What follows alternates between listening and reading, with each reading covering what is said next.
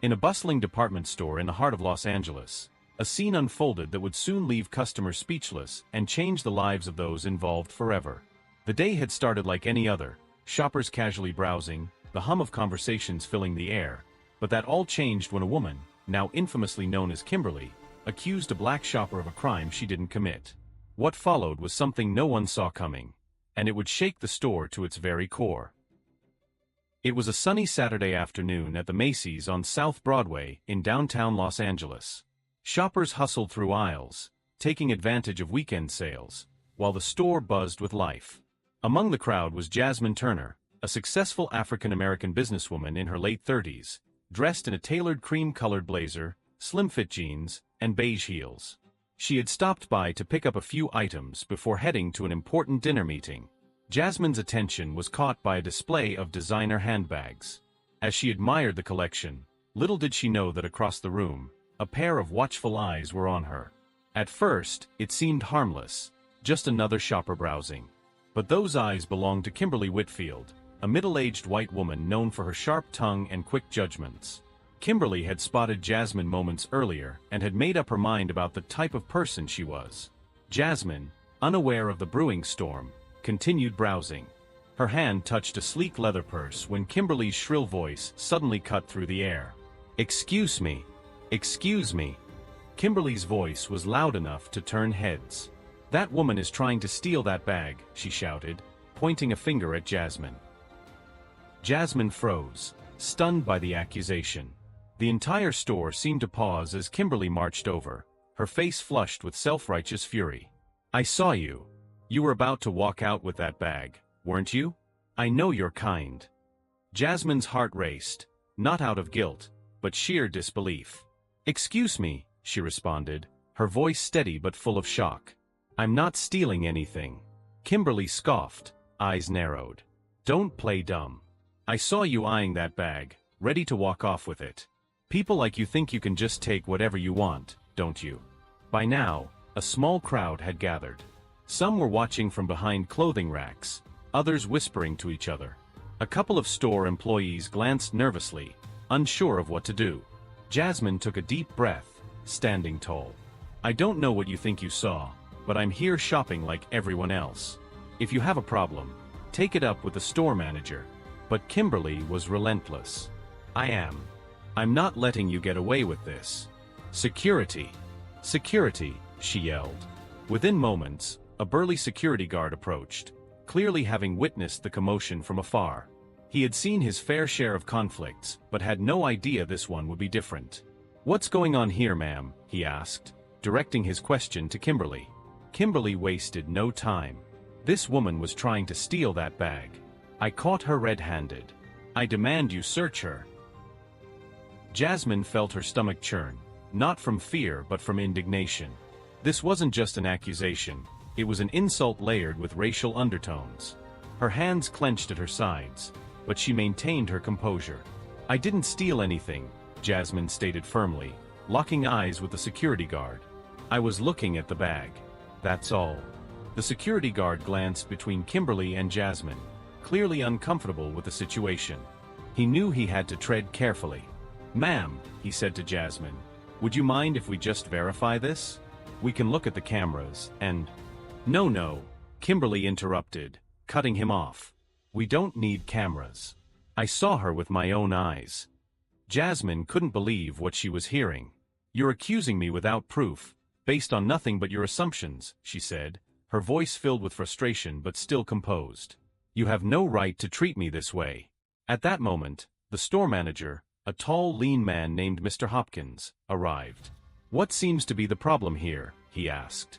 Kimberly turned to him with exaggerated outrage. "This woman was trying to steal a handbag.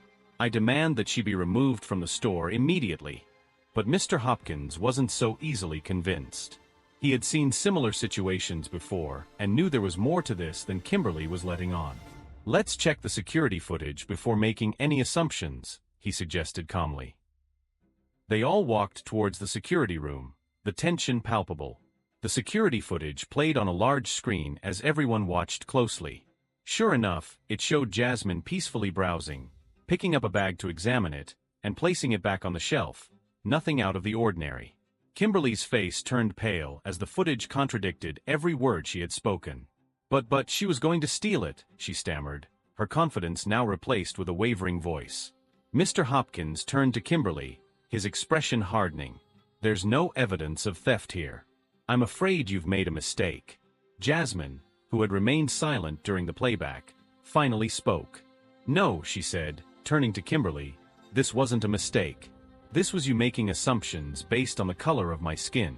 Kimberly, now visibly shaken, tried to backpedal. I didn't mean. Jasmine wasn't having it. You called me a thief without any proof. You humiliated me in front of everyone here because you decided that I couldn't possibly be just another shopper.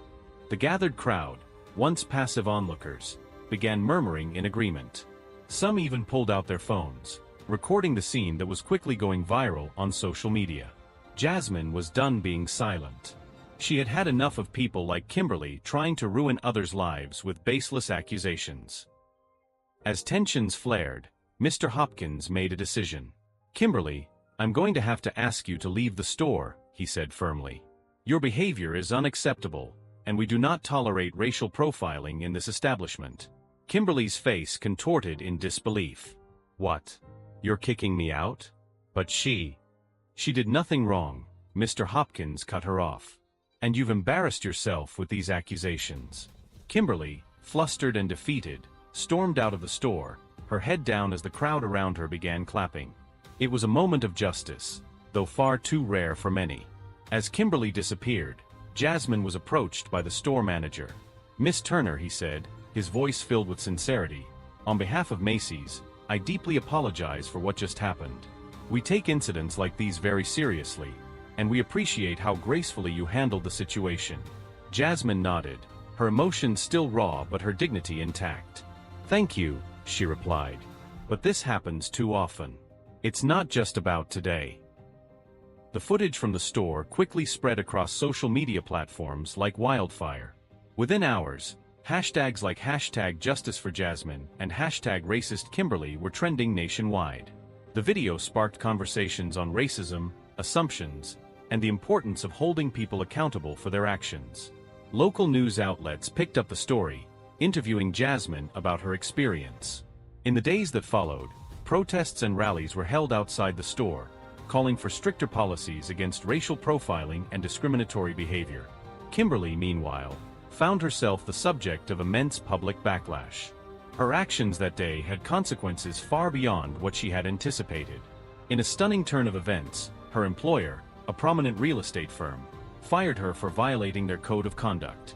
As for Jasmine, her life had changed in unexpected ways. What had started as a humiliating accusation turned into a platform for change. She began working with civil rights organizations, using her voice to advocate for others who had been wrongfully accused and mistreated due to the color of their skin. A few months after the incident at Macy's, life had returned to a somewhat normal rhythm for Jasmine Turner. The viral event had opened doors for her in unexpected ways, but one particular development left her speechless.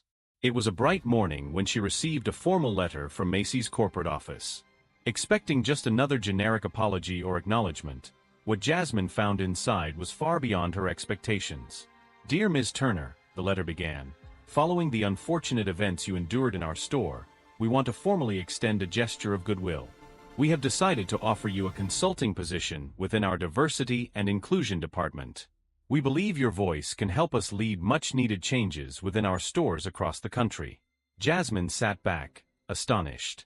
She had never imagined that her experience would result in something so powerful, a platform to create real change. The next day, she was invited to a meeting with Macy's executive team. Walking into the boardroom, Jasmine was greeted by several high-ranking officials, including the CEO.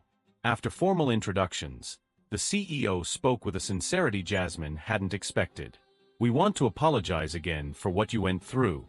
It was unacceptable, he said, but we also want to learn from it. That's why we're asking you to work with us on implementing stronger policies to prevent racial profiling and ensure our stores become safe spaces for all shoppers. Jasmine paused, taking in the weight of the offer. She had fought for this moment, for the opportunity to advocate for people who had been silenced or mistreated just like she had been. And now, The chance to reshape the narrative of major retailers in the country was right in front of her. With a smile, she nodded. "I'll do it," she said. "But only if you're serious about making real change. This can't be a PR stunt. People need to know this isn't just about fixing one bad situation. It's about creating a future where this doesn't happen again." The CEO agreed wholeheartedly, outlining their plan to give Jasmine the freedom to shape policies, introduce training programs for employees, and build partnerships with civil rights organizations to address systemic racism. Months later, Jasmine stood on a stage in front of hundreds of Macy's employees, sharing her vision for the future. Her speech was powerful, filled with personal anecdotes, but it also highlighted the necessity for businesses to take responsibility. As she concluded her remarks, the crowd erupted into applause. Jasmine had done more than just change policies. She had ignited a movement within the company. The media covered the story extensively, and Jasmine's work was praised not only within Macy's but across other retail chains, leading to widespread changes. Her perseverance had turned what could have been a moment of humiliation into a platform for progress and empowerment. Meanwhile, Kimberly's story took a different path. Following her dismissal from her job, she had struggled to find employment due to the viral nature of her actions. However, after some time of reflection, she reached out to Jasmine, hoping to make amends. Jasmine, always one to believe in growth and redemption, agreed to meet her. In an emotional conversation, Kimberly tearfully apologized for the way she had treated Jasmine that day in the store. "I didn't realize how much harm I was doing," she admitted. "I've learned a lot since then, and I just wanted to say I'm sorry." Jasmine, always the bigger person, accepted the apology.